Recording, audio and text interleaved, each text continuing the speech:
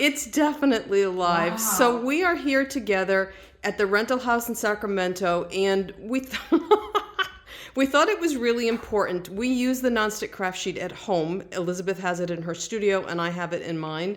And it is really an important surface to work on. And so we thought it would be fun to just show you what we do. So let's move this way toward the island. Come on. What am I supposed to be doing while you're doing all this talking? You're being Vanna White. You're being very cute. Just Vanna White never said anything in 40 years on TV. could you move along here toward... Okay, so this is our enormous 9-foot-long kitchen island. And we try to be very careful and respectful of the people who rent us this house. And Elizabeth just hit her head. We're going to carry on anyway. This is very impromptu. But anyway, we cover the island with plastic. We want to be really careful about it. And we want to take care of it. So here's the thing. And you were talking about a lot of your students don't have dedicated workspaces. Move around a little bit. Hey, I'm trying to avoid Pretend the glare. Like you're filming a movie where the camera moves. I don't want to move. I know, but you'll get used to it. Okay, so if you don't have a dedicated workspace, and this is something that Elizabeth and I talked about earlier, so now here's your chance, non-Vanna, talk. So yes, if you do not have a dedicated workspace, we keep this in the tube. And we've been putting this surface on this table for over 2 years. And every time we leave, we put it in the tube. So if you're working on your dining room table that belonged to your grandmother's grandmother's grandmother, and you definitely don't want to get a mess on it, this surface is fantastic. It's completely, gonna wipe off paint and varnish and everything else. And when you clean up for the day, you just roll it up and you save the tube that we shipped it in, like we have been doing. And then you take it out with your supplies, and we cut it to exactly the size of this island.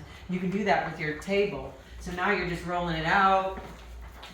And I'm moving with you now. We were actually going to do this together, but you're doing such a good job, you don't need my help with this. Oh yeah, I do need your help. No, you don't.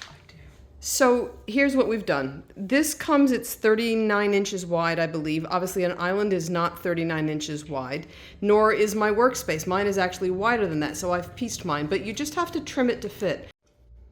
Okay, so we're back. We're back. Come on in here. I'm in. All right, so what happens is at home, we have sticky stuff that's around the perimeter, and it sticks. It sticks to the surface, and then you put this down. Now remember, this is non-stick, so you can actually lift the sticky stuff off, but it never moves. It's double stick tape. Yes, so it works and it does its thing. But here, again, we want to be respectful of the people who own this house. What we do is we use a little bit of tape, and we just tape in various areas around the perimeter, because this stuff will skitter all over the place. And especially if you don't have a giant piece, it moves, and it's very frustrating when it moves. So the easiest thing to do is just tape it around. And it's, obviously if you're using grandma's great-great-great-great-grandma's table, you don't want to tape on that with packing tape, but you can use a low-tack tape like you paint with.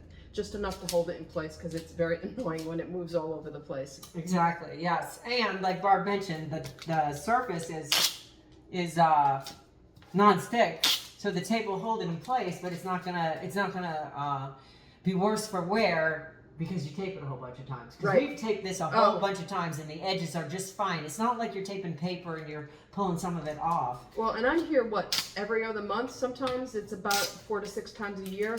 We put it down, we roll it out, we tape it, we take it all apart, we put it back in that tube, and it sits until the next time. So that, again, is important to store yours. If you can't leave it down, go ahead and store it in the tube that we ship it to you in. There you go.